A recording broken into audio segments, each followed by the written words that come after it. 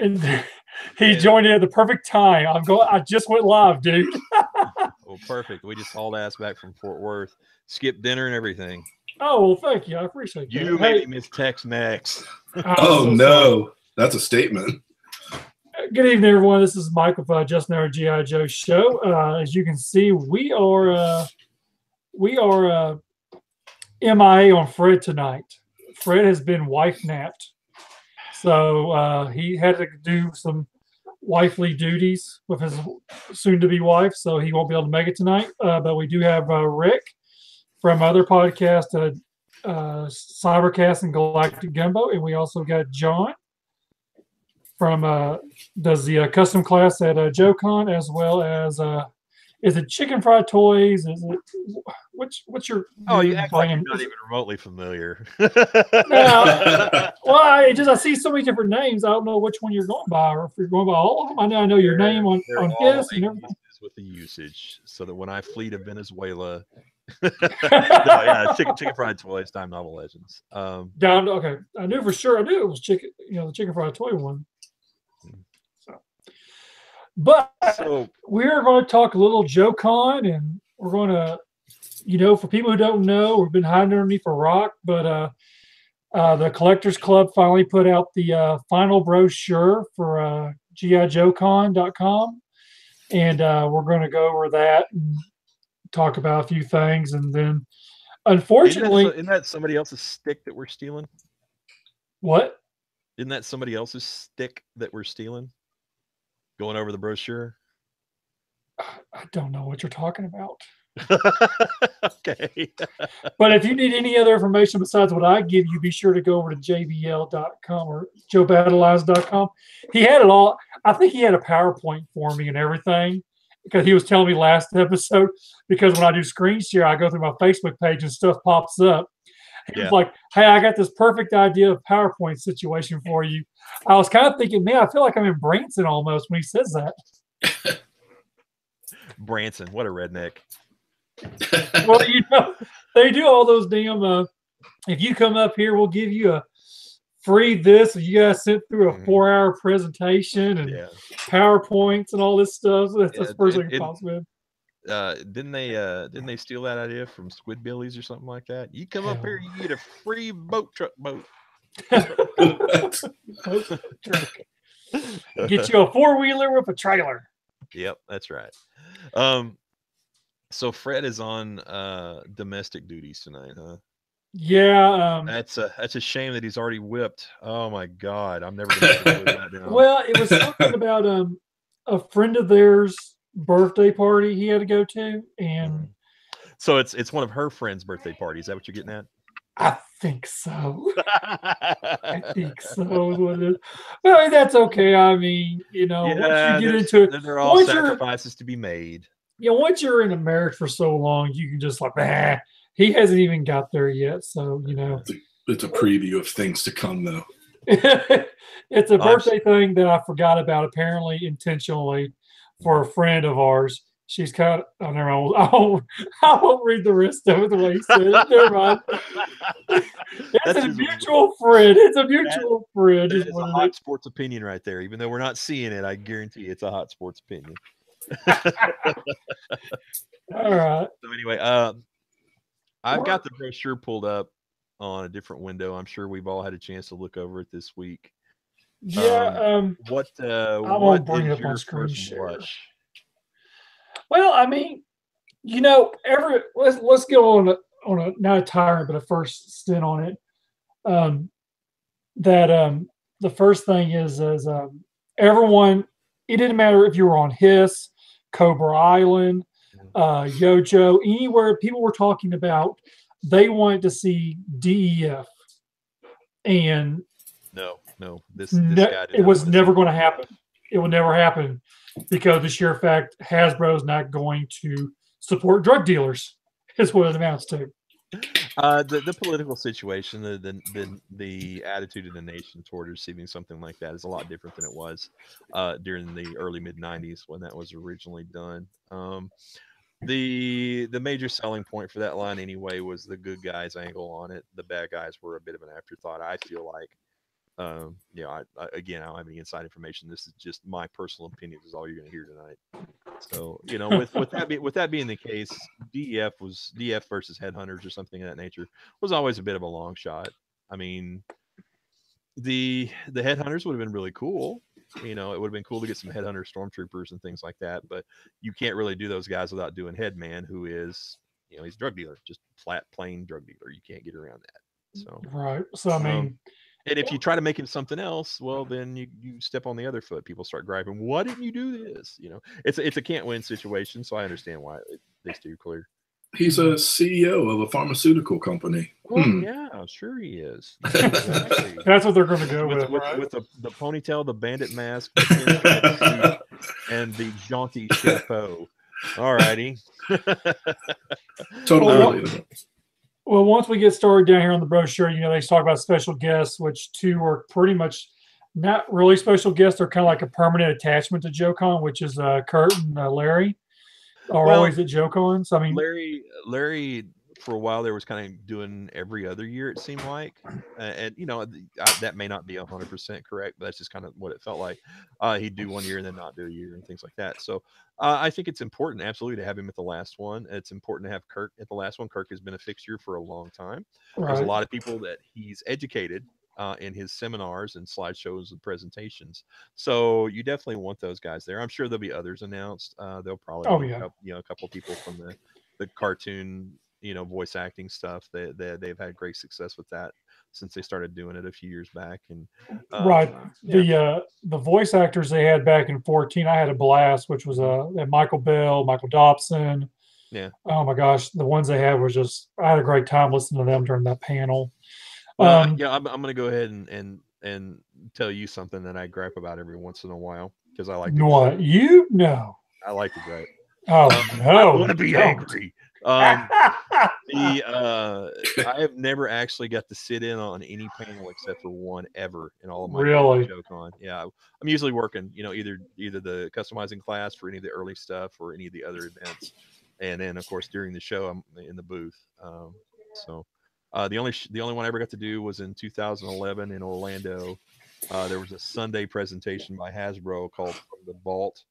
It was the first time they showed concept stuff that led into 2012, which was a concept case, you know, several concept cases in 2013, which they did it again that year to a more limited extent. But that was really cool. But those are the ones I've gotten to do. And I've really been jealous to not to get to go see Kurt, or you get to see Larry and the guys talk about comic stuff and whatever.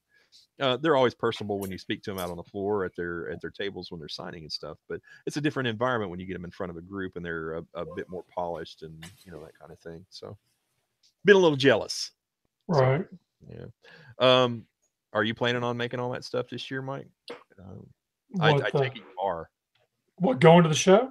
Yeah, going to the show and absolutely. Yeah, absolutely. I'm looking for it. You know, I mean, all right, we didn't get a regular standard room. We got I ended up upgrading to a suite because if you got a different room off the package, you don't have to pay up front one night stay. Oh, I see. Yeah. So we got a suite with a pull-out bed or a pull-out sofa. And then if you recall our friend Closet Boy, that slept in the closet. Yeah. I actually upgraded and got him a rollaway bed, so he didn't have to sleep in the closet this year. So, but yeah, got one big bed, got the pull out, got a rollaway. We got the people on the floor. People were talking about how both hotel rooms are now both sold out. You cannot possibly top me at all. I mean, as much as you want to try and talk about how many people you crammed in a room, I'm going to go ahead and take King on that one. How many? Not last year, but the year before, we had 9 people in the room. And that's not even the most. Oh, I got to think. Hold on. There was 1 year. 2008 here in Frisco, we had 13 people crammed in the room. It's crazy. Jesus. Literally sitting on top of each other. I think there was 1 year, I think we had like 7 or 8. It was the first year we went to JoeCon, and it was in Dallas. And I think we had 7 or 8 in our room. Frisco show or the last one that was here downtown? Downtown, the Hyatt. Yeah, that's a good location. I love that hotel. That hotel was awesome. I wish we could have got back there one more time, but I understand. You know, Chattanooga is I've talked about it for a while. I'm excited about going there. It's a good location. It's someplace that the club hasn't been before. It's someplace they haven't been in the area of in quite a while. I think the last time they were there would be Atlanta, and then the time before that was Norfolk, Virginia. I think maybe. I may be a little off on that, but I mean, if you want to count Orlando, yes, that's Eastern Seaboard, but it's not in that part of the United States. So Mhm. I'm excited. I mean, what kind of food can we expect though? I mean, what's Chattanooga, what's Tennessee famous for other than moonshine? Whiskey. Yeah, that's it. We're gonna get drunk. But for people who don't know, they plan on throwing away 300 GI Joe figures Friday morning, which more or less they'll probably be a sign up through Golden Ticket only, which they've done that the last 2 years. Oh, the parachute drop, yeah. Parachute drop. Yeah. They're bringing back the Film Fest, which has been pretty much gone the last 2 years, 3 years maybe. Mhm. But this is going to be the best stuff. So basically, they're going to be showing old videos from years past. And anything new with it, yeah. Right, which I think one year they got, I don't know if it was G.I. Joe or Transformers. There was one year they only got like 2 Yeah, that was. entries. I think that was Transformers. GI Joe. They've always had 3 or 4 or 5, and they've even said, if I recall correctly, they even said a couple of years ago, if we don't reach certain number of entries by a certain day Yeah, during the registration process, then we'll do away with this event and replace it with something else. So, exactly. and they still ended up holding it. So obviously, they had enough. So. Mhm. Next is the customizing class, which you can talk about that if you don't mind, John. Oh God, I don't have anything to say about that stupid thing. Are you kidding Okay. me? Okay. Yeah, no, actually, the customizing class there's 2 classes this year again. We've had great success splitting it up on 2 days because that gives everybody an opportunity to have a little bit more personable environment rather than cramming 100 and some odd people in one room. The number is 50 people in each class this year. We'll be doing like we've done since the last Dallas show. You'll get parts to make a figure. You'll have to bring some of your own, but we'll supply, in this case, the torso, head, gear, weapons. There'll also be, as there has been in the last couple of years, bonus pieces for building your figure in the class. You build your figure, do your painting, bring it up, check you out the bonus pieces. You can take those home. If you don't So build in your other figure, words, you does don't it get the mean stuff. that's right? It doesn't mean you can go in there and just grab and go and No, we won't be having any of that. We, none of we, that. encourage, we encourage people to take the class who want to have that experience. I mean, if you're Yep. just looking at a quick flip for eBay, I'd rather see the seats go to somebody else. I mean, you do what you want with them; they're yours. Obviously, you paid for the class; you can take them and do as you like. But we Mhm. want people there that are there for the experience and camaraderie. It is a once a year opportunity to sit down with some of the best customizers in our particular hobby field and pick their brains and get their input on their work as you're doing it. Learn a few new techniques and things like that.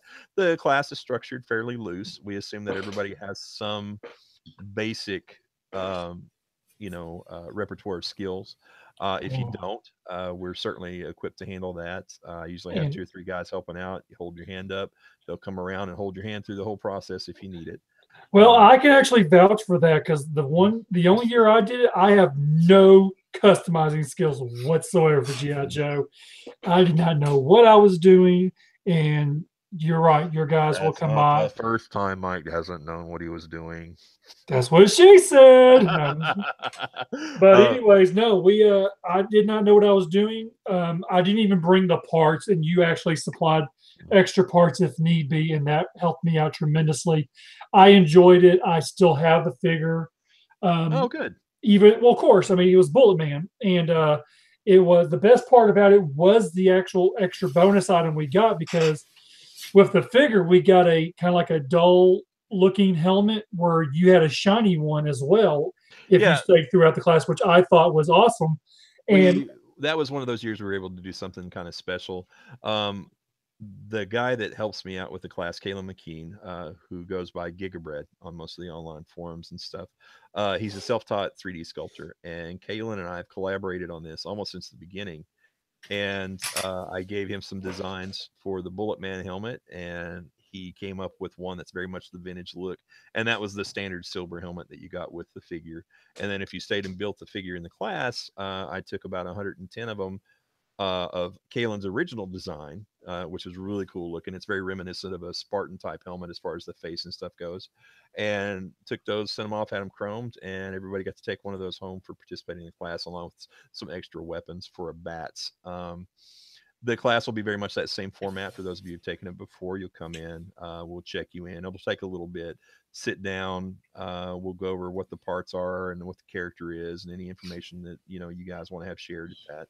Pass those out. You guys will pick up the materials, you know, the paint and brushes and stuff that we supply, and do your thing. I will say, as we have in the last 4 or 5 years here, if you have a particular brush or particular type of paint that you like to use, please feel free to bring it in.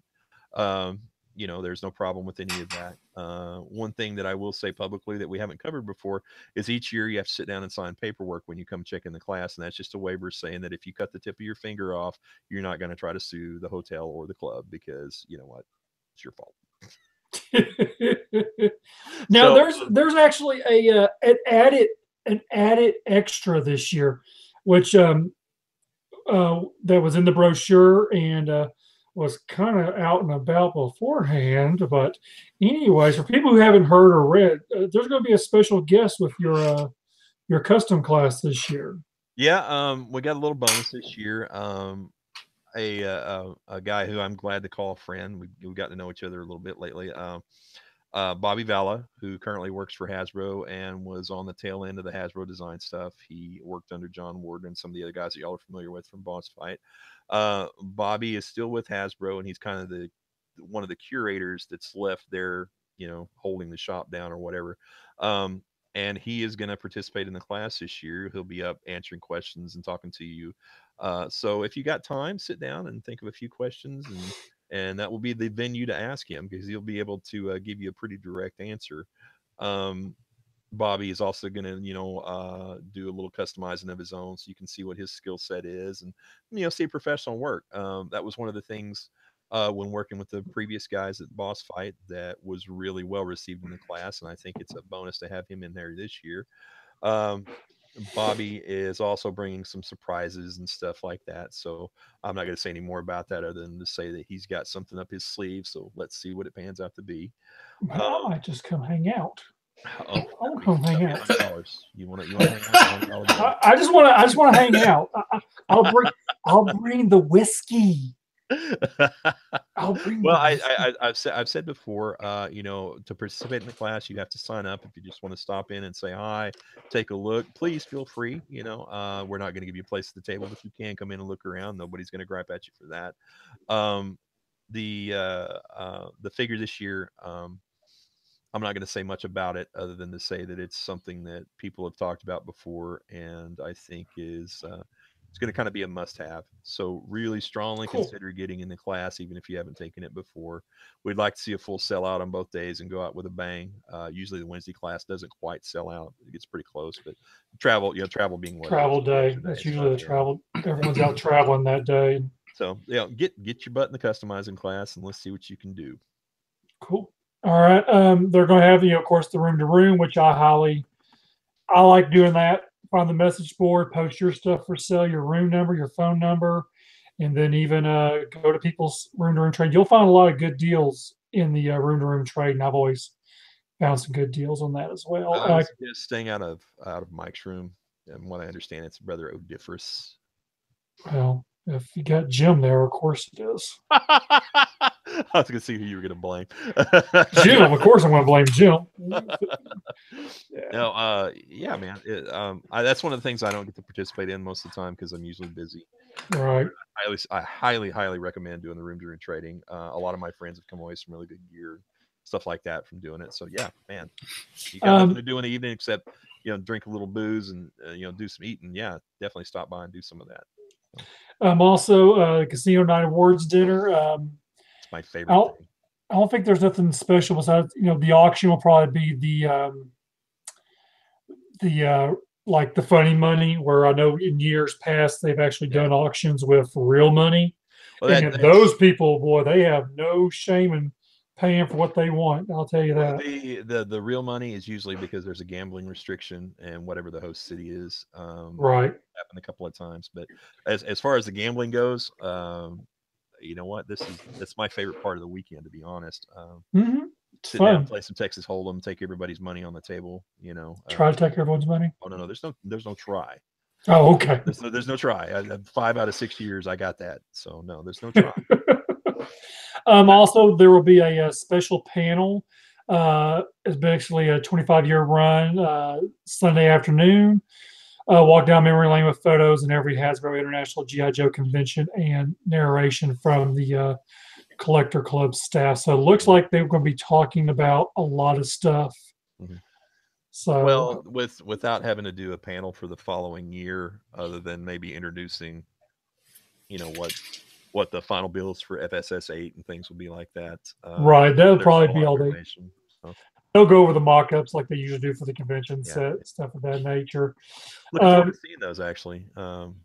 Obviously, getting to the concept, which will be the next thing I think we're going to talk about here. One of the Yeah. surprises was hardball in the concept, so I'm going to bet we'll see a hardball in that FSS Oh, yeah. somewhere. Yeah. So for people who don't know, Cobra Python Patrol. This is was it Python Pearl Marauders to the rescue. Mm. So not what people were wanting. But the majority of where I've been reading on websites and everything, I don't see a whole lot of people. I mean, upset. A lot of people were like, "They're calling it Slaughter's Marauders, but you got Sergeant Smasher." People don't know Sergeant Smasher. Smasher is a Funko. No, is that right? Palatoy. Who? Palatoy. Was it? I thought. Yeah. Was it? Okay. Yeah, he was called Sergeant Smasher, and I forget what the other name was, but it was something similar in the UK and different parts of Europe. The only difference is the color T yeah. from the original one. Yeah. Well, it depends on what they do with the build this year for the figure, whether they reissue one of the pre-existing Hasbro offerings from SDCC several years back, or whether they do a bash on what probably would be the Retaliation Rock Block figure.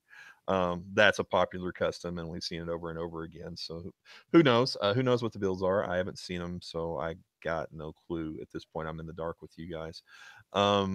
The cool thing that's been speculated on is the Python Patrol referencing the old 6-pack from Toys R Us, which is a different color palette than the traditional Python Patrol that we got in 2011. So it's black, maroon, and gold. I think it's a pretty good idea. It's been something I've been wanting to see for a while.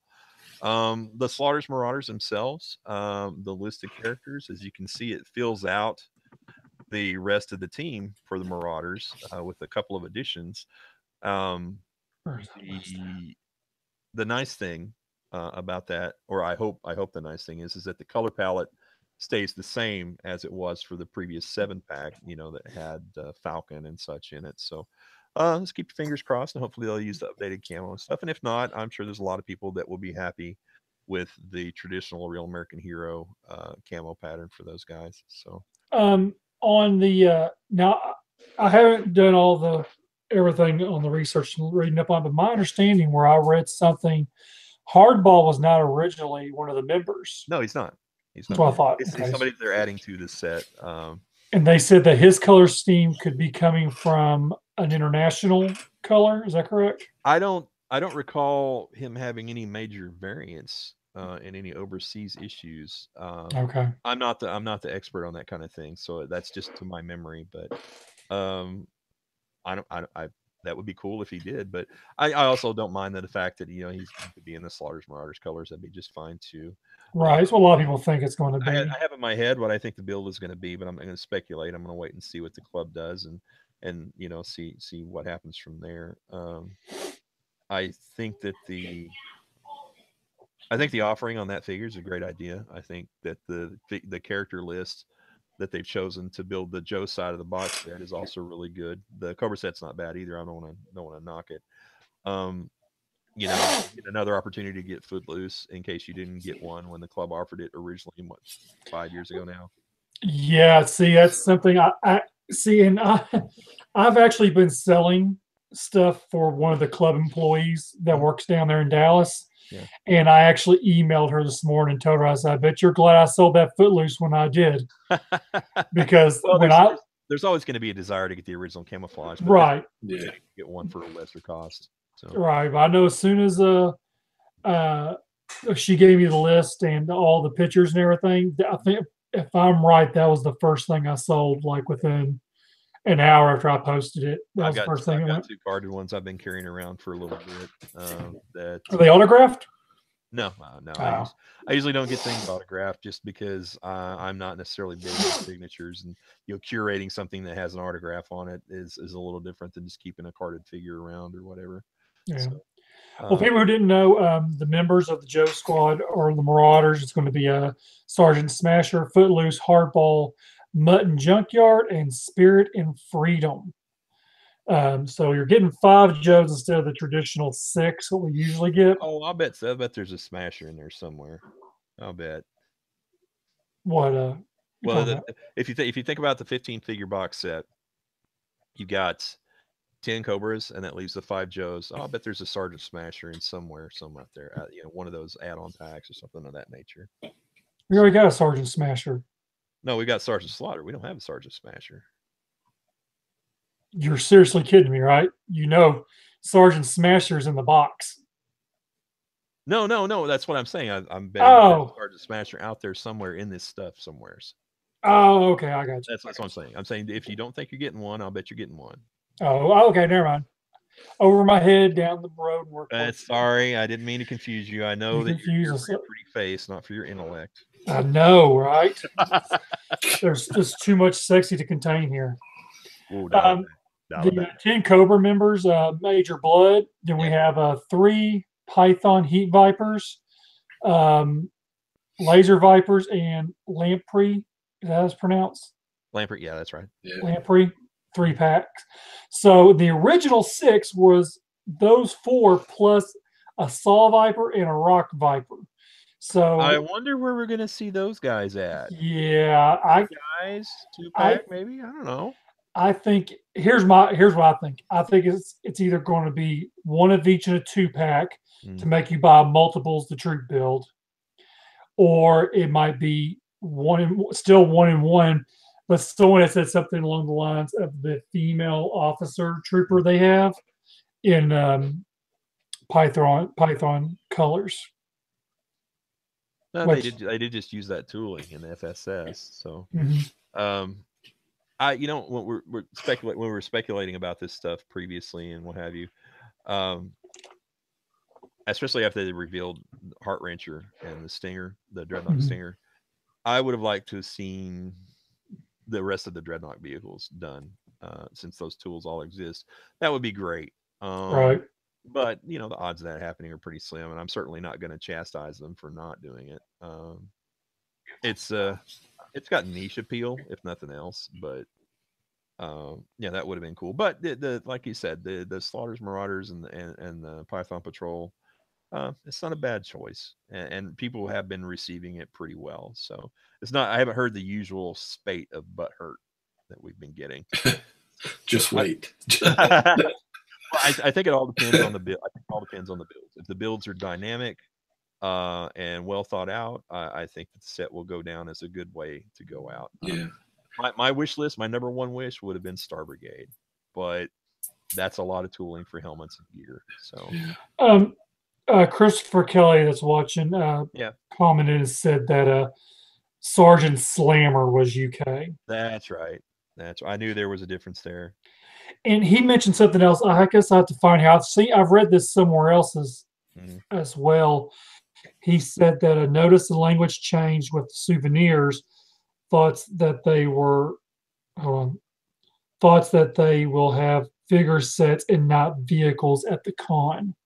I would say that is a fairly likely possibility. Again, like I said, I'm speaking in my own personal opinion. I don't want to give anybody the impression I know anything, because I don't. But the language change was something that I noted as well. If there's more than a 2-pack and 3-pack of figures, I'm all down for it. Because for me, I prefer the figures over vehicles. The vehicles are cool, but they also take up display space and can be a bit fragile sometimes, especially when they dig into the old stuff. Say they were to do a Python stun. The last stun they did was a Dreadnought stun for 2004. The first Orlando con, and mine is sitting in a box, well taken care of, but with broken flags, just because they're fragile like the vintage ones. They're like the most fragile thing, man. Yeah, you look at them wrong. Yeah. Yeah, I'll be honest. If we don't get figures, I will be. I mean, not figures, vehicles. I'll be a little upset because I always look forward. I'd be upset because I love the vehicles. I'm going to walk away with some vehicles from the dealer room floor anyway. But if I got there, and I'm going to kind of echo what John was saying about the Dreadnought stuff. If I got there and the attendee figure is that Ram cycle in the Dreadnought colors, I'm going to tell you right now, they level up automatically at pickup. Right there at pickup. That would be pretty cool. It would be great if if there was an opportunity to grab that stuff, but right at this point, it probably is way too late in the game to make any changes. But if that's something that you want to see, it wouldn't hurt to shoot the club an email and say, "Hey guys, this sounds like a good idea. Can you make it happen?" I'm sure that they'll consider it, if nothing else. So go ahead, Mike. I was going to ask. So as far as the set itself, I mean, from both of y'all, are y'all excited about it? Don't really care, or what? I mean, what are your thoughts on it? Go ahead, Rich. Yeah, I mean, the thing for me, I've been going back. The last year and a half has been like me just coming back into G.I. Joe like a freaking hurricane. And I've been gathering up a lot of vintage stuff because I've seen the vintage stuff is disappearing, and I really like it. And I knew it was time for me to finish it, and I'm going to finish the vintage stuff at least through 91. For me, I've been doing a lot of vintage, but I pick up key modern figures as well. I've got all the 25th, most of the 30th. I've got a few of the club things that I need, but outside of that, I've got a lot of the Pursuit of Cobras. So this is one of those things that I don't have a lot of. So just like last year, there was good and bad last year, and I felt like because I hadn't really spent any time as a kid or deep into the lore of the Battle Force stuff, that was fresh to me. That was new. So I got that stuff, and then I went back and got the vintage stuff right before the show. That was exciting. I plan on doing the same thing with this. I don't have a lot of the Python Patrol stuff. It's a subline to me. I was all about first gathering the first 200 characters and then coming back and doing the Night Force and stuff like this. So for me, I'm excited because it's going to feel fresh to me. I wasn't there in 2011 when they did the other Python Patrol stuff. Right. So it feels fresh. I'm kind of glad. I like Major Blood. He's definitely one of my favorite Cobra guys. I'm really hoping on that Major Blood build that they reference the 1994 figure that came with that set. That would be cool. I realize there's a bash of Zap parts and the Major Blood itself, but that would be kind of cool if it's possible. I mean, this being the last year, I wouldn't look for the tooling budget on anything to be stretched or anything like that. Right. You're going to get the standard offering in terms of new parts and stuff like that, and then hopefully we got some creative bashes in there, and it'll be something super cool. Like I said, I think this is an opportunity if the stuff is even marginally well done to go out on a high note, and that would be great for everybody concerned. It'd leave everybody feeling good about it. It makes the club look good and that kind of thing. So yeah, it's just good all the way around, and that's what I hope for. That's what I want to see. So, yeah. Moving on to the 12-inch line. I'm passing it up right here. Hold up. The military G.I. Joe, one of the favorite 12-inch figures of all time, the Green Beret. So two Green Berets. So I'm guessing there's going to be two figures in the box. Let's read through everything and double check and make sure we're not handing out the wrong information. One of the Green Beret Machine Gun Outpost set. It comes with two painted head figures. So yes, two figures. 1960. Yeah. Sears exclusive box. Wherever they are. Right. So two figures with the camo shirt and pants, Green Beret, tall brown boots, dog tag, belt with 2 cartridges. In addition, the set comes with 12 additional grenades, bazooka, 6 bazooka shells, field telephone, 30 cal machine gun and tripod, the M16 rifle, ammo box, camouflage netting, plastic foliage, tent poles, tent stakes, and 10 sandbags. This dude is ready to go out there and kick some ass, is what he's ready to do. Damn, this dude is coming fully loaded. If you look at the list, there's enough gear there to gear both guys out in completely different kits. And I think that's a sign of a pretty well constructed set. When you start, if both guys had M16s and both guys had the same exact gear set out, it would be a little bit boring. But this mixing it up like that, it's pretty interesting. And the Green Beret set is legendary in terms of G.I. Joe lore as far as the appeal. if you collect 12-inch Joe, that's going to probably be high on your list of things to get if you don't have it already. So, And it's funny you should mention that. I've looked back on like previous 12-inch collectors, like last year's. If you look at the original one, the price on that thing is just through the roof. oh yeah, usually. And I did not know that's, and of course I've been picking up the 12-inch line stuff. I got last year's set, the year before that set, and I've picked up the Super Joes and the club exclusive ones. The every year one, and they're pretty good looking figures. I wasn't very interested in 12-inch at all by any means, but some of the stories behind their figures is what drew me into it more than the figure itself. Well, if you look at what they've done with their club offerings the last 2 years, especially the Mike Power was fantastic. Yep, got that one. I bought one of those in a heartbeat. I didn't have any regrets whatsoever. And the Occult Adventure from last year is super cool, man. That thing, when you kit him out with all of his stuff, that is some interesting gear on a figure that, while it doesn't reference anything from the vintage Adventure Team line, it certainly dovetails in pretty nicely, unless you just want to hug up on the military aspect. So I think that they're pretty creative. So yeah, they were very good figures. I enjoyed last year's set very much. As usual, there is multiple packages. The club says there's 8. If you have not noticed, the price did go up by $5. Was it? $5? Well, given some of the price increases in the last several years, $5 is livable. Yeah, since 2000, the last year they were going to go under. 2 years ago, it's gone up. It was $4.85. So Sky Patrol was, I'm sorry, $3.85. Now we're up to $4.15. So there was 16, 17. So yeah, 2 years. So $4.15 for club members, $4.95 if you're not a club member. The normal stuff. Nothing has really changed on what you get. Right.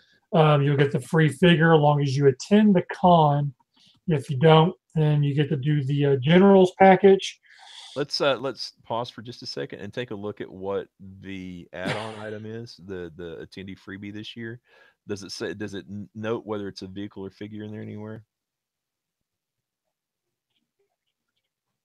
No, nothing. Even the year it just says it's a convention exclusive item. Okay. Even in 16, they never said nothing different, and then we found out. Really, I think. Yeah. When we got there, it started speculation that it was actually a figure and not a vehicle. Yeah. Well, I'm always a big fan of it being an extra figure as opposed to a vehicle. Oh, yeah. Vehicles are cool. The Law playset from last year was pretty neat, and the fact that it had been turned from Joe to Cobra was really cool. But the previous year, getting the paratrooper or the parachute figure was really, really good. What's his name? Not Skydive, the blue and gray guy. You talk about last year, Backstop? No, 2 years ago. No, last year's Backstop was a purchase item. I'm talking about the freebie that you get stuff. The year before that, when it was a Sky Patrol set, you got a figure as opposed to getting a play set item or vehicle. Oh, Air Raid. That's it. I don't know why I can never remember his name, but that's the guy. Yeah, Air Raid. Yeah. I'm always a big fan when they give figures as opposed to vehicles or play sets. I think that adding an extra to the box set is way cool. Oh, sweet. Look what just walked into my house. Oh. What? Oh, look at that. Girl Scout cookies. Oh. Man, is the Girl Scout cookie season already? Damn. It must be. Damn. All right, the Generals package, which is the 12-inch set, it runs you $385, and you'll actually get a bonus item on that, which is usually a little jacket with the logo on the back of it. Then you have your aids. If you want to take a family member with you, they get everything you get except for the toys, and that's $120. If you're bringing somebody else along who doesn't necessarily need the con stuff, but is going to be there with you, I would suggest maybe doing something like the AIDS package, because the dinner and things like that, it's a great opportunity to socialize. And if you've got a family member there who is not there for the concept but is there with you, you definitely want to bring them along into that situation because it's a fun time. Usually everybody has a good time. And you get bingo and you got regular gambling and things like that. So it's a chance to get in there and just be social and do some fun stuff, which is not. I mean, the focus for the majority of the con is to come in and get your stuff, get your concept, get checked out, talk with your Joe buddies, talk some fun stuff, and then go shopping and pick up what you need. You add in this extra thing that involves your family or your children and things like that who might not be into Joe as much as you are, then everybody has a little bit better time, and it's easier to sell as a vacation, which I know a lot of guys do that. So absolutely. And then Sarge's packages, if you don't go with someone who already has the box set or whatever the case may be, you can go for $225 as a club member, $295. That gives you the sales room admission to the convention seminars. The package does not include the casino night, awards dinner, auction event, tours, classes of any product. So basically, you get to go in kind of really Friday prior to everyone else, as well as the general admission people. Yeah, the preview day and stuff like that. You're just not with the dinner. Definitely, if you can come on as an aide, that's a better deal. Absolutely, get the food. You get to eat. Yeah. Well, if not, I mean, not just from a monetary standpoint, it's got a little more involved. But if you can't, you can only be there for Saturday and Sunday, or you want to come into the preview on Friday and do a Saturday and Sunday, then that's the way to go. But if you've got somebody that you can join on a package with and come as an aide, better deal for everybody concerned. Right. But do what's best for you. So. And then for you people who cannot make it to JoeCon and you can't find nobody to pick up your box set for you, or where the case may be, you can order from the club. Same price as what you're going to pay if you went to the show, but you will not get the free attendee exclusives. That goes for the Homefront Heroes and the Base Commanders package. So usually they say it takes about 2 to 4 weeks after the con before they start mailing them out. Thereabouts, yeah. Yeah, thereabouts. Sometimes it's a little faster, sometimes it's a little slower. It all depends on what things are like when they get back. And being a small team, that's to be expected. So right. I know me personally, I'm actually helping out a couple of people. I usually do too. Yeah. Just of course, my golden ticket split was done like a month ago. I couldn't believe I had so many messages, people asking me. Well, I've been doing it for so many years, and and one guy hit me up like literally, I think 4 or 5 months ago. He was like, "Hey, man, I won that golden ticket again." Yeah. So then the other guy, he said he was looking for somebody to help him out, and then I just said, "Hey, I got one spot open." Like 5 minutes later, I had a message. "Hey, man, I'm all aboard." I'm in it. I'm like, all you gotta do is send me 1/3 of the payment of golden ticket split, and we're good to go. Yep. Yeah, I usually do something similar if I'm splitting my ticket. So it's everybody does. I will not be this year, but it's fairly common practice for almost everyone. So if you're not going to the show and you want to pick up some stuff, find a buddy who's going, talk them up, buy them dinner, send them a few bucks, whatever extra, get your stuff taken care of. Yeah, everybody wins that way. Yeah, and see, and I don't mean to say this in a bad way, but I never did it for the Transformer side because Transformer fans are kind of assholes. Didn't you come from the Transformers? Shut up! Except for Rick, who's awesome. Oh yeah, except for this guy named Rick. Yeah, I forgot all about Rick. No, I was kidding. Bot lovers. I mean, a lot of the guys. I mean, they are like, if you even talked about splitting a golden ticket, you were deemed a scalper. You were just branded. I don't understand that whole message. I mean, look, we can go off on a tangent. I'd like to discuss this for just a second, if that's okay. No, okay. Yeah, I'd like to. After you're done, I want to add to it as well. Hey, let's talk. Hey, we got to figure something because Fred's not here to muffle us, so we got to do something. Well, as far as that goes, I've had people. I only charge 10% for picking up stuff and hauling it all the way back across the country and then getting here and boxing it up and shipping it out. It's a pittance. Okay. It's way below what you would pay eBay or any of the other services, I absolutely believe that's reasonable. And I usually end up coming out almost on the short end, and that's okay. I'm not doing it because I'm trying to make a lot of money. However, if a vendor or anybody else hauls themselves all the way across the country to the show, pick stuff up on their dime, and then wants to sell it for whatever prices they want, more power to you, man. You don't have to buy from these people. You can buy from somebody else. You can talk to a buddy. You can make other arrangements. So don't get down on somebody else because they're taking advantage of the capitalist system we live in. People will pay what they'll pay, and that's as high as it will go, and that's the end of the argument. So you guys griping? If you don't like it, I'm sorry, but dial it down. Nobody wants to hear it. Now, Rick, go ahead and tell us your 2 cents. My 2 cents. I was going to say this anyway. I wasn't on last week, but this is the first show of the year for me that I'm on. I wanted to say the difference in the Transformers community. I love the Transformers community. Don't get me wrong.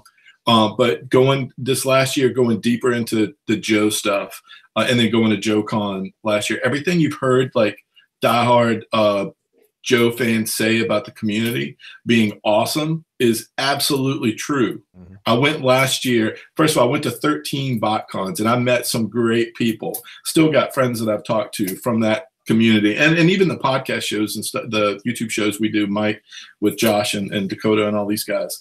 All that kind of stemmed out of that. So I love it. But as far as the fandom as a whole, there's such a difference between the Joe community that I've seen, in my opinion, and the Transformers community as far as little niche groups and stuff that you might kind of deal with in high school. Oh, there's a lot of that in the Transformers fandom, good or bad, whatever. But what I'm saying is it's different and it's actually refreshing. And not just at like JoeCon, which was amazing. Like people were offering you drinks in the line. Everybody was friendly. Everybody. That was one of the local guys from here, Gray Childs. Right, great. If that was to happen to Transformers, they'd be like $5, please. Transformers is going to cash in a buck. They came from the Michael Bay universe. They're going to cash in any way they can. I'm sorry, but Rick is 100% right. Transformers and G.I. Joe fandoms, night and day, point blank. It is. The other thing that's so different, like not just JoeCon, but like I don't do Facebook, I don't do Instagram yet. I might do Instagram later. Right now, all I do is Twitter, so I'm exclusively on Twitter, and then I do a few of these YouTube shows. So just from Twitter alone, the same exact thing can be said. I was telling my wife the other day the difference when I started following and getting deeper into Joe versus just the Transformers and even the 1/6 community like Sideshow and Hot Toys, the difference that I saw was the Transformers fans are so engaging. You can tweet and get so many people whom some I know, some I don't know. So many people just talk to each other about all kinds of things. And it's been really refreshing, as opposed to the Transformers community, which I do. Like I said, I love my Transformers fandom, but the two are so different. And if you love G.I. Joe, but you've never gone to JoeCon, this being the last one, I'm a big fan of what the club has done. I don't judge the club on registration errors and being technology wizards, because let's face it, they're not. But they put on a good convention, and the toys that they rock out and we have on our shelves, they are second to none. No one's doing that. And we'd be lucky to ever have a convention that's as good as the show that these guys put on ever again. We may not. So go to JoeCon if you can. It's easy for fans who are critical to be backseat drivers in the process, but I have in the past, said some things that could be considered detrimental, but they do try to do their best at the show and to give you good service and things like that. And some stuff is out of control. You can't control whether the hotel has good Wi-Fi. You hope that it does. You check it out. They say they do, but that doesn't necessarily mean that on the day it's going to be good and the process for checking out is going to be smooth. That can't be controlled. What is something that they've fostered very, very well is the camaraderie. And as you said, it is pretty unique to the Joe world as opposed to some other fandoms, Star Wars, Transformers being two of the bigger ones. That is the thing that I'm saddest about, that this particular round of conventions is ending, is they're guys that I only see once a year because we live on opposite end of the country. We stay in touch online and things like that, but it's not the same. And this is going to be the last time I see them for a while. And that doesn't make me very happy. I mean, it is what it is and it can't be changed. But, I've got guys that I've played poker with for the last 6-7 years, and I always take them for all they're worth. and we have a great friend you are. we have a great time to. Well, you know, it is what it is. I know. I'm just joshing. Just saying goodbye to those guys is going to be a big part of the process this year, and I'm sad to see it end this way. Or I'm sad to see it end. I'm glad it's ending under more controlled circumstances than it was going to 2 years ago. It gives everybody a chance to prepare mentally and that kind of thing. It gives the club a chance to go out and have one last hurrah. They've been involved with this brand for a good long time and done a pretty good job at stewarding their part of it. And it's it's the end of an era, if you want to call it that. Whether you view that as good or bad, that's fine. I won't dispute your particular opinion on it, but Right. as Rick said, the fandom is the most important reason to go to JoeCon. The figures are there and they're awesome, but they are secondary when it's all said and done. Once you have the experience, you'll hear people talk about their first JoeCon and their second JoeCon and their third JoeCon, and the first one is always the same. It's a new experience, so you don't necessarily know what to do, where to go, that kind of thing. But you're there to tick things off a shopping list. I'm going to JoeCon to find this or to find that rare thing. The second time you return because, I had a really good time. I met some really cool people, and I also get the opportunity to shop for Joe and get some new Joes. So you'll see that repeated with almost everybody who's ever gone.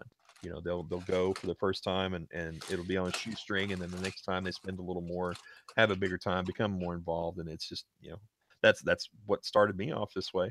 So I don't think my experience is unique as far as that goes. So if you can make it, man, again, I'll echo the same thing Rick said. If you can make it. This is the one. Next is the package upgrades. Mainly the only package really upgrade there is the golden ticket. It's limited to 100 on the American Heroes and 30 on the General. The Generals. And basically you get to pick up your package early Wednesday and Thursday before anybody else. You get to go in front of everybody in the club shopping line before, when they start opening up. Get out of my way, peon. Get out of my way. There you go. You get 3 times the limit on the shopping. You get a special. Let me interject something real quick there to make sure that we're clear on. Oh yeah. That's triple the limit on the regular add-on exclusives. There usually is a limit of 1 per badge for the parachute figures and any of the carded offerings that they bring in, that you might get signed by a luminary who's there and what have you. So bear that in mind. You may have to go to the secondary market to get those if you're not attending, but everything else is triple the limit. So, hey, get your buddies together, pull some cash, and get you some Joe on. Right, that's right. On the exclusive 2, 3-pack, vehicle packs, stuff of that nature, large vehicle, small vehicle. But in the last couple of years, the carded item has kind of been up in the air on how that's supposed to actually happen. Mm-hmm. I know 2 years ago when we got Pythona, there was limit 5. And so golden ticket, they said, yeah, you can times that. Mm-hmm. So Pythona sold out before the golden ticket line was done. Yes, I'm very aware of that. I was at the end of that line. Okay, I'm sorry to bring back bad memories. And then last year on Big Lob, there was a limit, but I think it was limit 5 total is what that was at one time. And I got 5 at one time. I don't recall what the limit was, but I was the one who bought all the last ones. Oh, see, you made up for it from the year before then. What are you bitching about? Oh, no, I'm not. I'm not at all. Oh, well, okay. I still have some of them.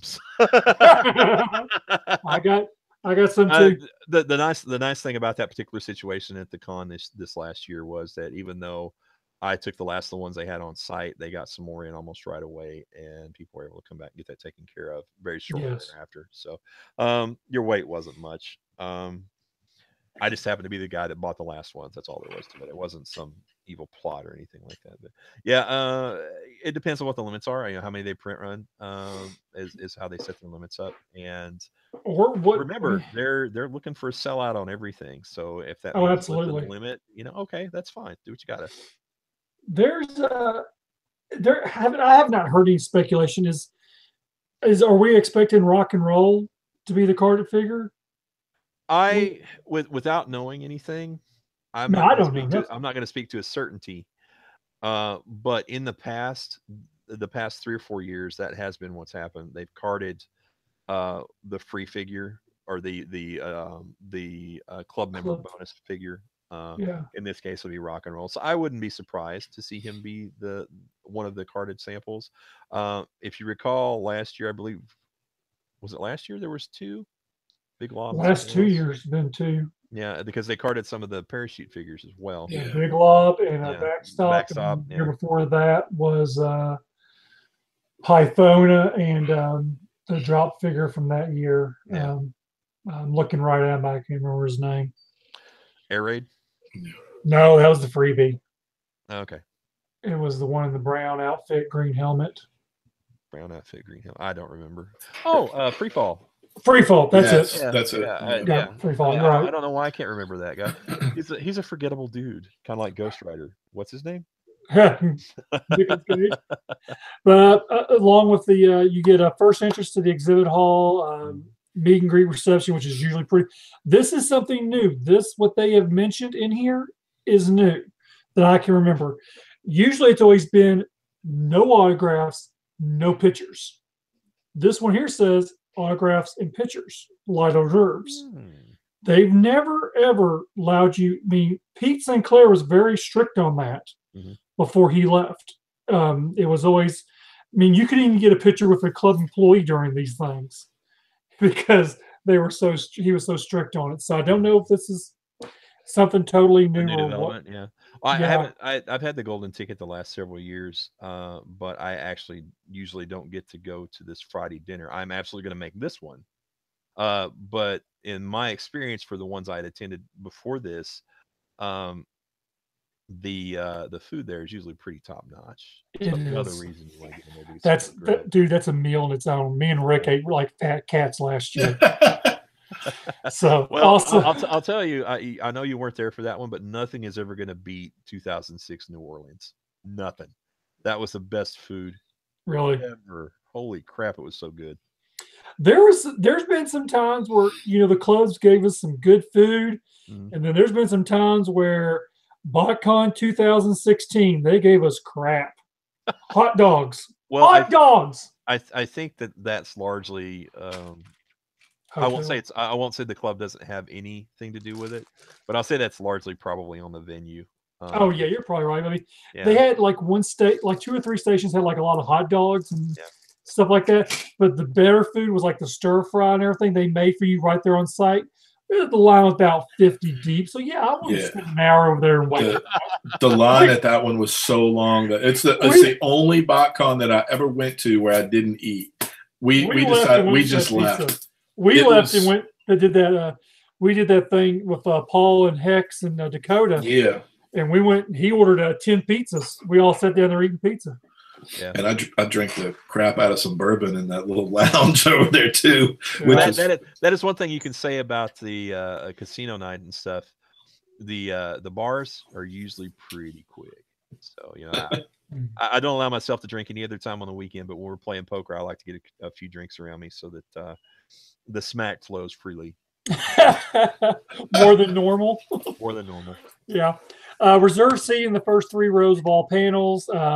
You can add a which is pretty much like what you'd get the regular one, but it's $2.15, and you're only limited to one of those where you're allowed 2 on the regular package. Let me throw you 2 cents on this one too. If you've got the money, if you've got a little extra scratch laying around, the golden ticket on the surface may not seem like a big deal, but it is a huge deal for your convenience through the course of the convention. Because you're first in line, you get premier seating for any panels that you want to attend. It speeds up the process all the way around. You get early package pickup. So for me, even if I wasn't getting the opportunity to buy extra exclusives, it would still be worth that simply for a matter of convenience. So consider that if you want in on that deal. The golden ticket usually sells out. It's not a big deal for that to happen in the first day or the first half a day. But if you haven't gotten it before and you want to get a little premium experience, I'd say consider it strongly. Yeah, I mean, you need it as soon as they say live. I get on there and I get it over with. Make sure you let me know too, like every way possible. Text me, tweet me. As soon as I'm done getting mine, I'll let you know all about it. If you don't get me, text my wife, tweet my wife. Make sure she knows. Are you sure you want all these strangers tweeting your wife, dude? Just Mike's fine. Mike's fine. We're family. Yeah. After so many bot cons and not Joe Con, man. Yeah. If you want to do the golden ticket, it's a 710 for the general and 740 for the 3 3/4 American Heroes. Which is, you're going to pay for it, but you're going. We can't stress enough that you will actually really enjoy it. So you're better off doing that route. So that's all that. Another fun fact. Let's see here. You don't want to hang with a hoi polloi, or the smelly guy in the back. Oh, Mike, put your shoes back on. All right, let's see. The other fun thing is that there will be, it's actually 50. I looked from last year's to this year's. It's 50 more loose sets from 250 to 300. So you're only allowed to get that if you get the box set, one per box set. You also, within the first 24 hours, you get the American Heroes, the first day pin. And whether you collect the pins or not, usually the first day pins do have some value to them. There have been a few in the past that were notoriously hard to get a hold of. So I'll actually have to show you mine. I got a whole display case with all my pins and everything in it. I love the pins. The Zartan's Cold Slither logo from BotCon a few years back. Yeah. 2012, yeah. Yeah, he hooked me up with that. I'm like, ooh, bad can be. Let's see. The price on the loose went up from last year. I think last year was $285. It's $300 this year. But if you want a troop build, that's a cheaper route. Sell off your Joes, make a little bit of your money back. Yep. You're done. I mean, as long as I get my loose set, I've already got my Joes sold, pre-sold, already gone. So I can troop build. So I'll have. So you're telling us you're selling something you don't have in hand? Shame on you. Shame on you. Dang. Well, it's for someone who can't even. He wanted to go. He was going to go. Dirty scalper. Dirty scalper. No, we worked out a good deal. Good. That's the way these things need to go, bud. There's no reason for anyone who wants the con stuff and might not be able to afford the trip and attendance to miss out on it.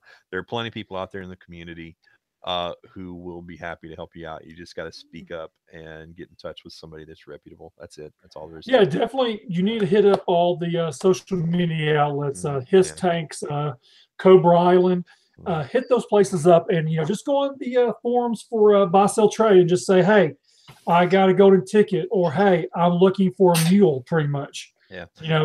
I've done it. I've offered it to the guys at His Tank for the last 6 or 7 years in a row, and I have a small group of people that continue to return each year. So it's something as an attendee that I like to do to help out, just on a personal level. But it's also, it's also a way to make a few bucks and maybe pay for a few of the things that I want that way, just for helping somebody else out. Exactly. And as long, like I said in my scalper rant, as long as you're not trying to screw somebody over, nobody is ever going to gripe about you making a few bucks on the deal. No. So. Now on to exhibitors. If you're actually an exhibitor looking to set up a JoeCon, that's me. I'm an exhibitor. Exhibitor booths is 2 8-foot tables, 1 6-foot tables, 11 foot wide, 8 feet deep, and you're looking at $450. Single tables are $300. If you do multiple booths by March the 15th, you will receive a $25 discount per booth. Single tables are not discounted and are not available in multiples. Only one per exhibitor. Booths and tables cannot be combined, which I can see that. Each exhibitor booth will receive your choice of either the 12 or 3 3/4 attendee surprise items. So basically, whatever we get free with our box set, you will get that in your booth. If you're a first-time dealer, if you're a multiple-time dealer, you know how this show goes. You already know. Yeah. One thing I will say as somebody who's been a vendor at JoeCon off and on for years, the badge, you get 2 badges with your booth, 1 badge with the table. If you need additional badges, they're what, $80 this year or $100 this year? $80. Trying to see what it says. Additional badge helpers are available for $80 until June the 1st. And then after June After the 1st, first of that, they're 100. yeah. Standard. The helper badges for your booths do not come with dinner privileges. So if you want to get your guy in to have the dinner, he's not buying a con set. You will have to buy a dinner pass for him, which is an additional cost purchase. $100. Well, it's still okay. It's worth it. It's Well, worth no, it. I'm just saying. It's worth it. It's worth it if you got good help, right? You know what I'm saying? Oh yeah, absolutely. I'm just saying. I'm just letting people know. Hey, it's going to cost you a bill to feed that boy. Yeah. I just wanted to point that out for the guys that are exhibiting that maybe their first time, because the last convention they're going to come out and set up a table, set up a booth, or what have you. You're never going to have a more captive audience who is interested in the stuff that you're selling if you're a GI Joe vendor. So let's see a sellout. Also, if you know the routine, you have to collect 9.25% Tennessee sales tax and pay that while you're there. Parking at the convention center is available for $12 a day. How much is valet? Probably 25. It's at the hotel where I'm staying at. Uh-huh. So this is the same thing. It's 25 there, and I think it was 24 for valet. Okay. I think that's fine. I'm lazy. I valet my truck. There you go. Yeah, well, shipping. Last year, let me say something here that you might find funny. I don't know. You might not. I probably will. But, last year was at Disney, so we're at the resorts, right? And the resorts are nice. Everybody's in their finery and having a good time and all that. So I drive a beat up old 91 GMC pickup truck. Okay, it's got a primered hood, a primered roof, one door and fender don't match because they've been replaced, right? Oh, you drove this from Dallas to Florida? Yeah, my old work truck. I drove it from Dallas to Florida. Oh my gosh! So I had them valet the truck. They valeted it right in front of the main entrance to the hotel, right where you're walking past it the whole time. I got a huge kick out of that because here's my POS truck. Right, this really nice resort. So I thought it was funny. You might not think it was funny. No, that is actually funny. It's pretty funny. Right if you're wanting to ship anything, if you're a dealer or if you're going to plan on having a room-to-room sale and you're flying and you can't carry it on, or you don't want to carry it on the airline, you can send small shipments directly to the convention center.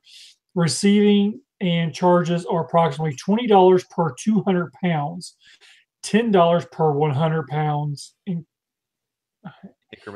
Increment outbound charges are $25. I'm sorry, I'm reading it for the first time. That's all right. So yeah, y'all can see that's actually a pretty good deal. $20 for the first time. Is that what you said? No, I meant I'm reading this part for the first time. Sorry. Yeah, so if you're going to send a small box full of stuff that you don't want to take on the airlines, usually when I take stuff on the airlines, I shove it in my suitcases, my bags. Southwest, I take the max bags I'm allowed to take. But this year I'll be driving. If you're in the Dallas-Fort Worth area and you need to take stuff, give me a holler. I got to pull a trailer down, so I'll have a little extra room. There you go. For a fee. Hey, if you're going to Tennessee, you're going to come right by my neighbor. You know what? I'm going to get the blow-up mattress, and I was going to jump in the back of your trailer. We're not going that way. Oh, you're not going to go 30? No. Oh, okay. Never mind. No, we already talked about the trip. And I was like, screw that Mike guy. I don't want to. Oh, yeah. Contest. We know we love seeing contests. People bring all kinds of interesting Frank and Joes and drawings and small dioramas. They'll be doing this as normal. Do remember that all the prize money is dealer bucks. And you can take those to any dealer, and then the dealer will get reimbursed from the collectors club. Mm-hmm. They will have the Frank and Joe, small diorama, medium diorama, and photograph contest. And last year was some pretty good stuff. Yeah, the competition has really ramped up in the last several years in the Frank and Joe contest, the customizing contest. And I am personally, even though I didn't win anything in the last couple of years, Thomas O'Mahony, I am more than happy to see the competition and the level of quality go up like that. I mean, it's awesome to see some professional level work coming to these shows and being displayed. It's good for everybody in the hobby. I can't stress that enough. I'll say that the rising tide floats all boats. So. All right. General mission. If you plan on going to JoeCon and you don't want to do a package, you don't want to do nothing, you just want to show up Saturday or Sunday, $25 adults, $10 children, 400 are free. Hours are Saturday, 10 a.m. to 5 p.m., Sunday, 9:30 to 3:30. Early bird adventures is available Saturday beginning at 9 a.m. and the cost is $80. That gets you. Why would you not want to come as a full attendee? Hey, actually, it's funny you should mention that. A gentleman that came by, I met up with earlier to pay for a booth for my show. We were talking about JoeCon. He was like, I really want to try to get to one of these JoeCons one of these days. I said, well, this year's your last year. You got to come this year, man. He was like, what? It's now or never, sweetheart. I told him where it was at. He says, man, that's not that far away. And he wouldn't do a package. He would actually do general admission. Yeah. And I was telling him about general admission. I said, it's usually cheaper. You go Saturday, all day Saturday, go to the panels, and go back home on Sunday, So that's something he might do. On this here, it says parking at the convention center is still $12 a day. I'll have to find out that hotel. I'm pretty sure it's the same price. That's very reasonable in parking, in my experience. Very, very reasonable. Let's see. The only other thing. Let that discourage you. The only other thing we didn't cover right here was the costume contest. Mm-hmm. We'll be doing they'll do the costume contest. These were last year's winners. Yeah, I was gonna say, if you look at the brochure, you'll see last year's winners. The little baby girl as Polly was hilarious. Yeah. Yep, the father and the mother. Yeah, it was. And then this picture here to the right is the customizing class that was last year's as well. That guy, Troy McKee, that's in that picture. Oh, he's such a bad guy. Who? Troy's on the left in that picture. Yeah. Okay, I'll fix it. The guy in the middle is that Troy or Don? I can't say. No, it's Don Anderson. And the guy in the middle is Mike. He actually lives here in Arkansas. It's a good friend of mine. Yep. And then the guy on the right, I know him. We've hung out, and he's bought me plenty of beers to see me get drunk. But you don't have the courtesy to remember his name, do you? It's one of those names you can't pronounce off the tip of your tongue like normal. Well, dude, we've gone to BotCon. He went to BotCon. I mean, Rick, you might know him. I don't know if you remember him or not. He's gone to BotCon and JoeCon. Cool guy. All right, we're gonna call him Steve. How about that? You know what? I won't call him Steve. Like Steve off of American Dad. Oh, okay. Okay, let me find here. Convention tours, Lookout Mountain, which this should have been for Transformers Lookout Mountain. Yeah. And Battlefield Tour Wednesday, June 20th, 7:30 to 5. It's a classic day. Chattanooga first with the part. Is that Chickamauga? I want to say. I almost want to say Chimichanga. Chimichanga. Battlefield to learn about the Civil War. Cracker, you. Civil War, Battle Wars. Oh, Chickamauga? Is that what you're talking about? Yeah, up here on the bottom, top right. Okay. Yeah. They'll go to museum, world class rifle collection. I thought that was pretty interesting. Then they'll go to Rock City for lunch, tour the famous Southern tourist attractions. Blah, blah, blah, blah. Nothing to get up to shout about. There's actually someone said there was a tour. It's not neither one of these, or maybe it's a hotel where you can take an elevator down in these caves that are light and have the waterfalls in them and everything. That's something I want to try to find while I'm down there. I can't remember. That'd be cool. Yeah, I gotta find out about that. That definitely sounds like something worth some research. If you find out anything concrete information on that, I'll let you know. Definitely share that around. You let me know and I'll pimp it too. Okay. Downtown Chattanooga tour. They are going electric shuttle from 10 a.m. They're going to the aquarium. That's always fun. Yeah. Best American World Southern Bells Riverboat. Oh, is that the photograph in the upper right hand corner? Yeah. Have you ever been? Have you ever been on a riverboat paddle boat? I went on the showboat Branson Bell in Branson. It's actually so. Yeah. It actually has a show inside of it. Rick, you need to bring your ass to Branson one time. I'll meet you up there. Take the wife up there. I'm telling you, the showboat Branson Bell is so fun because they play a show. Branson, we'll catch a Statler Brothers show. And we might even go to the Dixie Stampede before they take the Dixie out of Stampede. Yeah, if y'all don't get me started on that one. Riverboats are fun. I enjoy riverboats. They are good. But of course, I am a redneck, so. Yeah, there you go. Then apparently there's a guitar museum they're going to check out as well, which Cool. that's nothing I would be very interested in at all. That's just me personally. Well, I've got a buddy definitely that probably would check that out. He usually works a show here in the Dallas Fort Worth area, for a music shop, which I won't mention because they're not paying me. That they what Damn. that's guitar related, I should say. Yeah, I'm about the money, man. Give me the money. Obviously. Both the tours are $95, youth 3 to 12.75. This is honestly me personally. I would not go do a tour. I'm going to go hang out with John. That's where I'm going to be at. If he doesn't let me in there, I'll be sitting outside the door. Say, hey, John, Please let me in. let me in. I got to figure it needs eyebrows.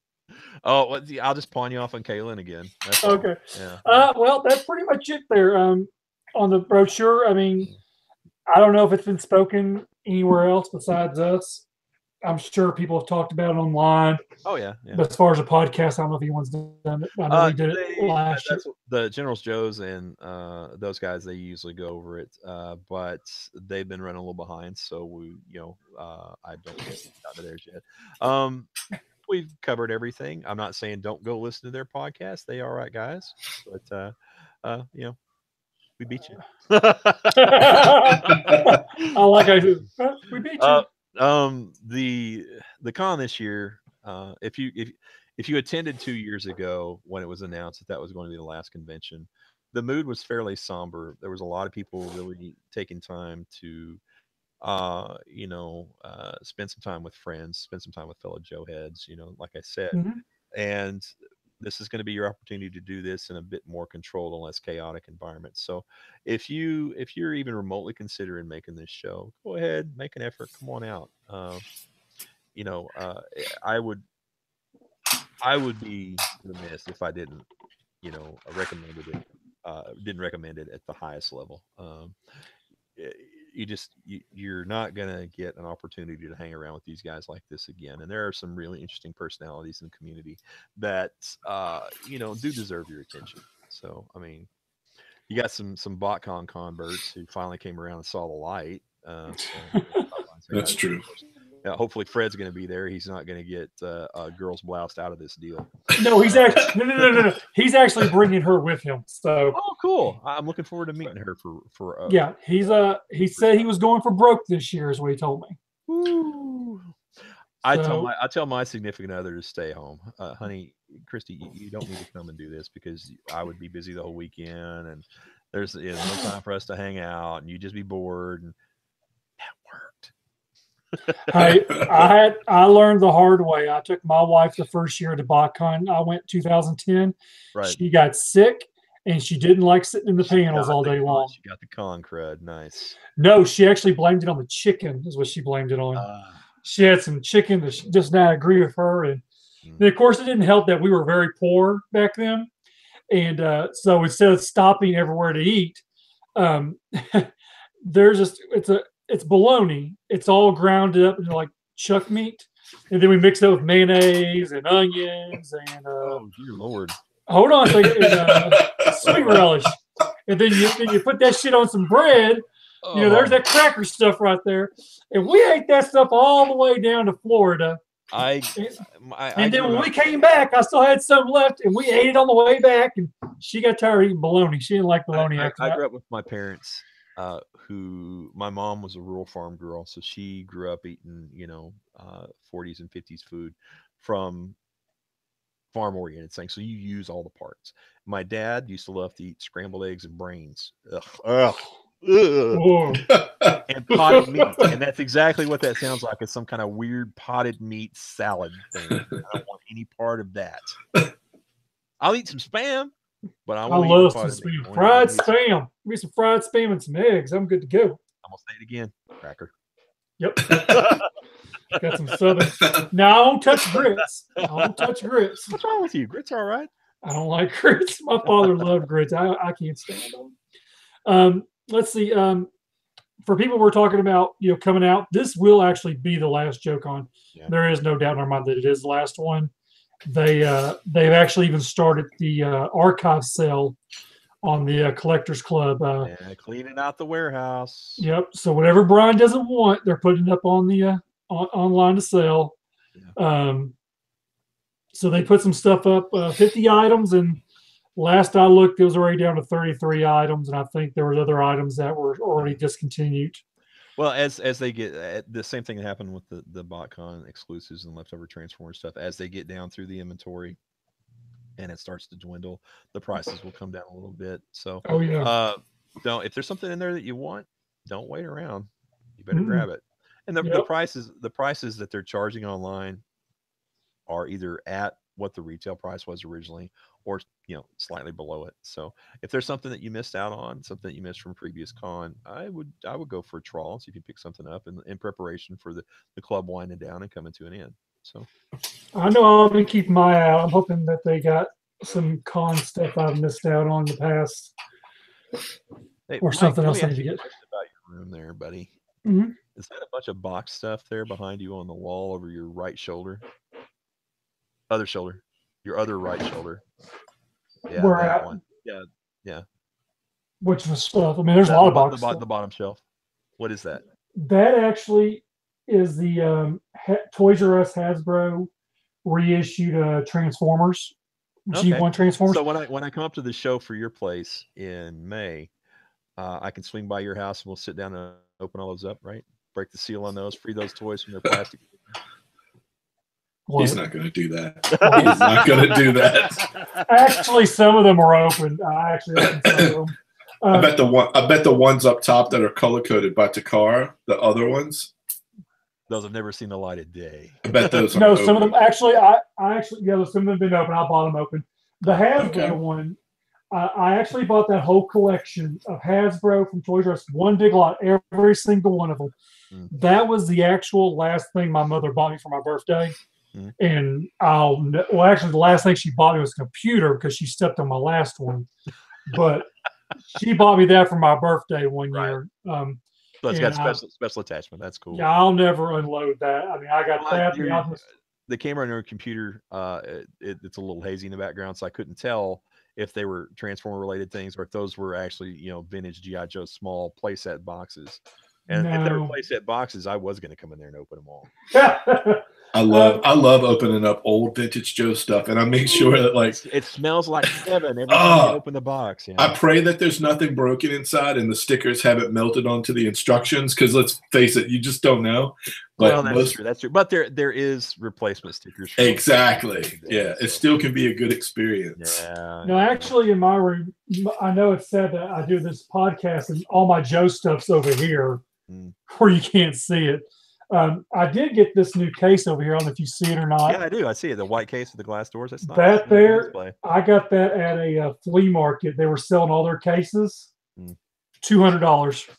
It's not bad. 6 foot wide, 7 foot tall. Considering what you'd pay for a Detolf, that's not bad at all. No, it's even got the light on the top of it. Speaking of Detolfs, I have 14 now. Wow. Yeah, that'll be 16 after this con. So I think I'm done. I think I'm done. Rick over there, big baller. He's got 2 rooms. Yeah, but I don't do any. I don't do that. I haven't taken the step to the IKEA Detolfs or whatever. I've got this room has 2 rooms. I'm a little jelly. I mean, I'm a little. Well, the thing about me is for those particular cases, like for the Hot Toy stuff, I can only fit like 3 in there comfortably. And I like to do like a whole lineup. Like, here's the Empire Strikes Back shelf. Here's the Rogue One shelf. Yeah. So I had a guy come in and build me custom shelves in this room. Yeah, it looks great. I wanted to comment on that, Mike. I've wondered several times, and I never asked you before now. So yeah. Look, it's highly organized. Yeah, that's me and my sister were night and day. I was very organized, neat and clean. My sister was a slob. She's 50 years old. She's still a damn slob. So I can see that there's no love lost between you. we don't talk, and she don't watch the show, so I ain't worried about it. Otherwise, Christmas would get real awkward. Sadly, I haven't seen my sister over Christmas in 3 years. Well, Mom and Dad died 3 years ago. That was the last we talked. So I that's just how it is. I mean, I understand. I have an estranged relative as well. I hear you. when you're that many years apart in your age, and you got different children, different ages that you got, like hers are grown. You said she's 50. That makes you what, about 62? Shut up! I'm younger than her.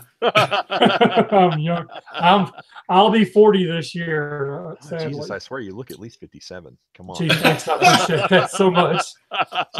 I thought you were 40, but whatever. That's fine.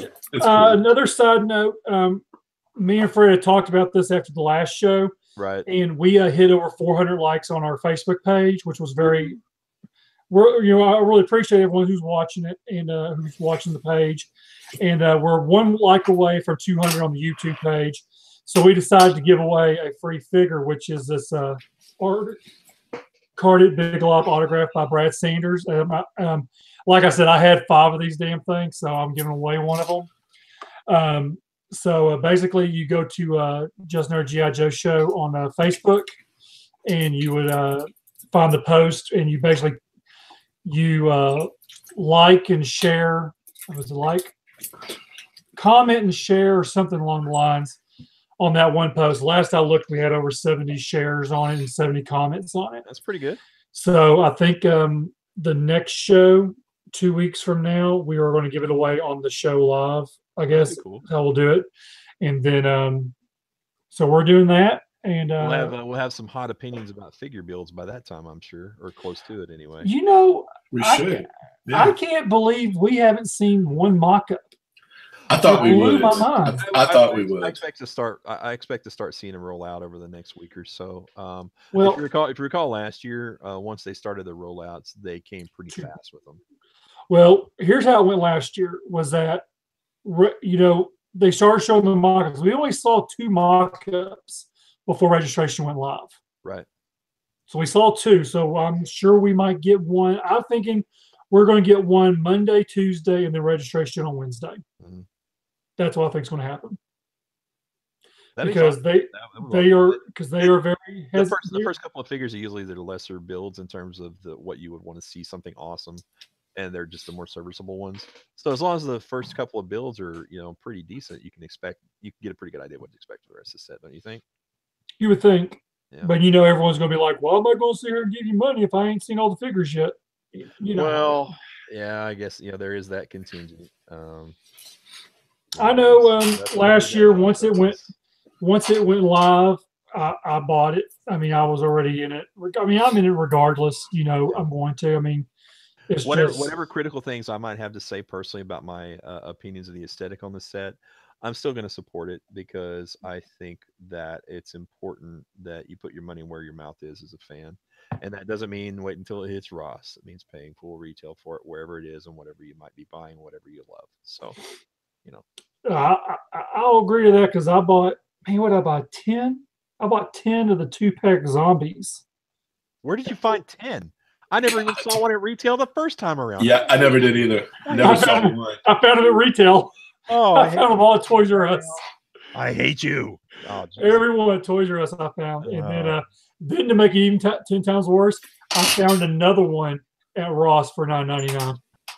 Wow. I'm going to stab in your eyes with a melon baller. The only one I saw in Ross, and it was actually a zombie. I couldn't believe it was a zombie set. That's crazy. So, I like I said, I never ever saw one at retail ever. Not the first time around, and not during the re-releases, and certainly not at Ross. So, and I live in a big city center. I think that would happen, but nope. Congratulations, Mike, on your zombie horde. Well, I'm thinking of it since you're in Dallas. I've been to Dallas a number of times, and I've been to the stores. Are you losing any Toys R Us's down there in your area? There's a couple that are closing in the north central Dallas area and over toward Irving and stuff. But the North Park Mall location, which is in North Dallas off of 75, is staying open. The Arlington main store is staying open, which is down off of 20, just south of that mall. And the big one, the ice rink inside the movie theater. Yeah. The Arlington Mall. Yeah, okay, yeah. I know what you're talking about. That one. Yeah, it's actually not in the mall. It's on the west side of the mall parking lot. Yeah. The old store I used to go to in Mesquite, as far as I understand, is staying open. That store's been in that location since I was a wee toddler. The Cherry Lane location over in West Fort Worth, that's should have died a death years ago is staying open. So obviously they're doing enough business to be viable. But there are a couple of closings here. I think one up toward Frisco is getting closed, and then, like I said, the one in Irving is getting closed. And if I recall the list, there may be one more, but I don't remember the location. I don't remember the location of this one. There was always two. One was in Arlington. I'd always go to. Then there was another one. It was down the road from Dave and Buster's. No, there was one that was 2 stories. Oh yeah, that was the old location over by North Park Mall. It was down on Walnut Hill on the east side of Walnut Hill. That's it. Yeah. Is that one still there? That one closed down? That store relocated one exit closer, just north and east of North Park Mall. They've been in there for a while, and that one is staying. So okay, I remember that other one because it was 2 stories. I remember going to that one all the time. Well, the one that's closest to me is in Cedar Hill, which is southwest of where I'm at. And Toys R Us is a great store. I love going there to shop, but this particular store has not been fruitful for me. When they were at their old location across from the old Redbird Mall, they had 8 of those green Neo Vipers from ROC hanging on the pegs, right? Mm-hmm. Terrible figure. Nobody wanted it. Blah, blah, blah. When they moved to the new location, that's what they had on their shelf for G.I. Joe. And this is while G.I. Joe was still having new product. Those 8 figures were the only G.I. Joes they had on the shelf for 2 years at the new store. Oh my God. Probably still wasn't full price. Yeah, they were. They were still at full price. They were not marked down. If they were marked down, somebody might have bought them just to get them out of there. Wow. Now, did you go to that show in Texas today? North, I think it was in Irving, wasn't it? Oh, the North Dallas Comic Book Show? No, I didn't. We were over in Fort Worth getting haircuts. And okay, there was one. So, yeah, no, there was a small show today. Isn't this the one that Larry was at? Larry and somebody else, or is that coming up? I have a problem keeping them all straight. So the one I was talking about, it popped up on my phone today to remind me about it. Because I remember it. Because it's like there's so many shows down. It feels like every week there's a show down in Dallas. Yeah, there's always a show of some size every week or two down here. Now your mileage will vary as far as the quality of the shows, depending on what you're looking for. But there's always an activity down here. The main show for me, of course, is Joe Con. I don't set up, but I go to the occasional Dallas Comic Con or the Dallas Fan Days, Fan Expo. The other one that I do down here religiously is the local G.I. Joe Collectors Club branch, Dallas Fort Worth. We put on a show over in Grapevine at the Convention Center. I want to go to that, but it's so close to Joe Con. Well, the dates have conflicted the last couple of years, and I haven't been able to set up, obviously, because it was a week before Joe Con, and logistically, there's no way to make that happen and still get the work done that I need to do. But this year, it's a couple of weeks before, so I'm going to try to sit up there. If you are in, within a couple hours driving distance of Dallas, I highly recommend that show. You'll see people every once in a while. They'll get on. I can't find anything at Joe's at the shows and blah blah blah. Well, if you don't come and you don't ask for it, the vendors won't bring it. And that's as simple as that. This particular show is action figure oriented, so it's a classic old school toy show with an ear toward G.I. Joe, pointed in that direction. So usually there's at least 4 vendors there that are almost exclusively 3 3/4. So there is a selection of stuff there. If you're coming in looking for a Goldhead Steel Brigade, you're probably not going to find it there, but you might find a Starduster, so I find stuff when I go, and I've got a very, very short one list, very short. Yeah. So, it's a good local show. I hope you get to make it down for that one, Mike, even though it's a little close to Joe Con. It's not that long of a drive. I think I was just looking at the calendar. I think the week of that show is a week I'm going to be in Cincinnati for another show. Okay. I think it's I got to double check the dates. I think that's the same weekend as Pete's Robot Convention.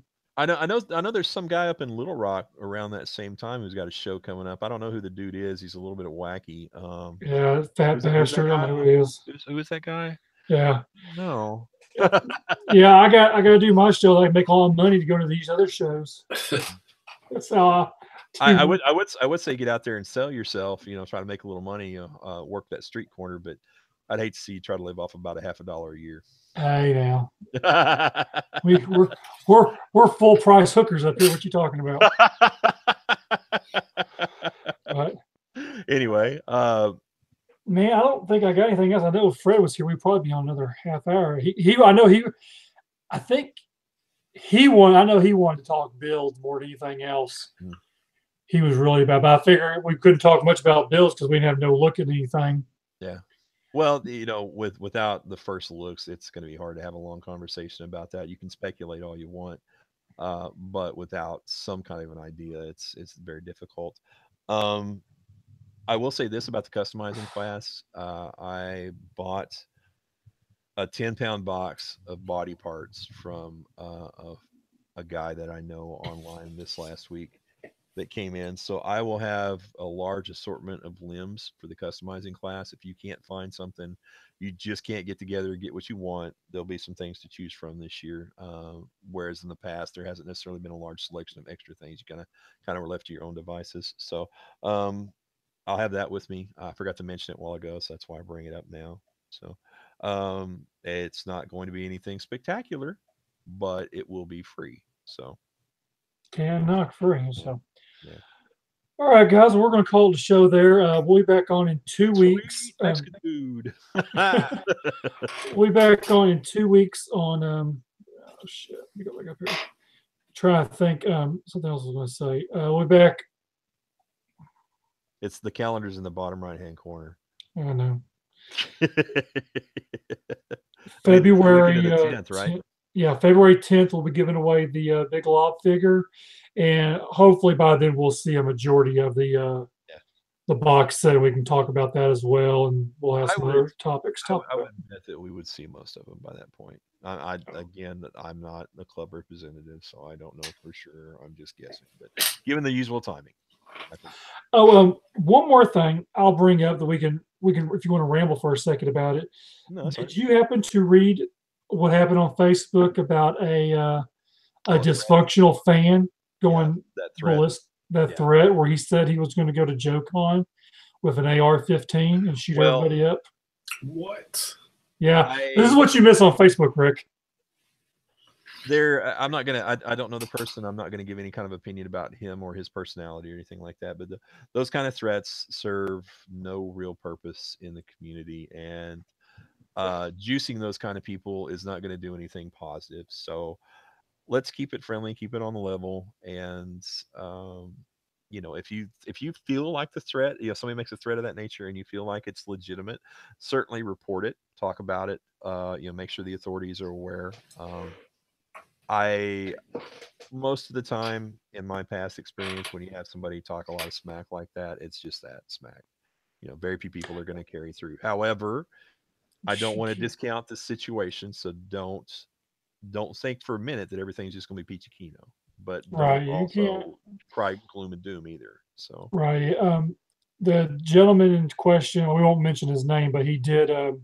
He had a long rap sheet of other issues, and then I actually sent quite a bit of stuff to Brian, and then he requested some other stuff, and then it all started over whether a buyer would take a money order. Yeah, and the buyer was a guy from Arkansas, a guy I know. In these particular kinds of situations, again, I'm not going to speak to the particulars of this situation, but in these kind of situations where personalities are in conflict and people have a chip on their shoulder or something, or apparently have a chip on their shoulder, it's best to withdraw and not necessarily engage. So if you see this person or anybody else doing things like that, take note of it, be aware of it, pass it along to people who may need to be aware that there's a outside chance that something could happen, and just remove yourself from the situation as much as you can. Don't antagonize. Don't get your lulls at somebody else's expense. Screenshot everything and then block that person. That's what I do. That's Get right. away from Well, it. that's a smart policy. And if you ever feel threatened or in any other way assaulted, any way that you want to put it, if you feel put upon by anybody else at one of these conventions, don't be afraid to say something. don't be afraid to talk. There's armed security there. There's usually off-duty police there. Yep. You can talk to somebody from the club. If you feel like somebody is making a threat and you feel it's even remotely legitimate, speak up and say something, and be on the safe side. Don't do anything foolish, and certainly don't antagonize. That doesn't benefit anybody. So pissing them off makes it worse. that's absolutely right. That's absolutely right. You're not ever going to solve a situation like that through smack. Talking smack. So, Well, anyway, glad you brought that up. I wouldn't have thought to mention that, but glad you brought that up. But yeah, we're going to call the show there. Catch us in 2 weeks. We'll be back. John, you're more welcome to come back on. I know Bobby was wanting to come on to talk more. Why? I know. Why you want to punish yourself? I understand. I totally get it. I don't know why Fred does it on a weekly basis. Yeah. But you can catch me and Rick next week on Hex's channel for Cybercast and Galactic Gumbo. You can find me everywhere as Just Another G.I. Joe Show. Rick, tell me where they can find you at. You can find me exclusively on Twitter as Shatterglass Jazz. And you can find that chicken guy somewhere else. I'm not for sure where you're going to find that chicken guy. Go on, John. Where are they going to find you at? Where they going to catch me most of the time on Facebook in our group, Chicken Fried Toys Presents Dime Novel Legends. I'm pretty open with everybody there. So, just drop me a note, say hi. I'm always willing to sit down and BS about stuff, as you can tell. Yeah. He's doing it here. All right, guys. I appreciate everyone watching, and we'll see you all in 2 weeks. Thanks a lot. Have a good night, y'all. Bye.